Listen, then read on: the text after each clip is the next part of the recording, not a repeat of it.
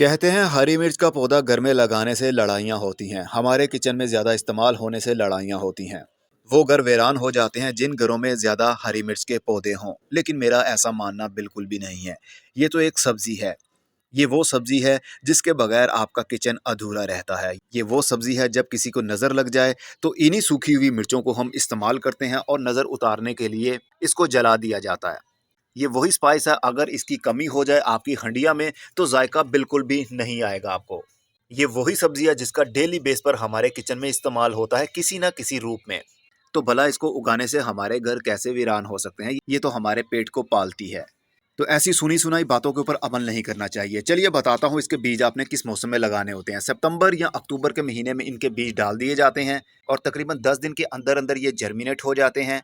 और दिसंबर के महीने तक ये फ्रूटिंग भी हमें वक्त के साथ साथ देते रहते हैं। मेरे पौधों पर बहुत ज़्यादा फ्रूटिंग हुई और वक्त के साथ साथ हम उतारते रहते हैं, क्योंकि अगर मिर्च को नहीं उतारेंगे तो वो ज़्यादा बड़ी हो जाएगी और फिर उसका जायका वो नहीं रहेगा जो कि छोटे साइज़ की मिर्च का रहता है।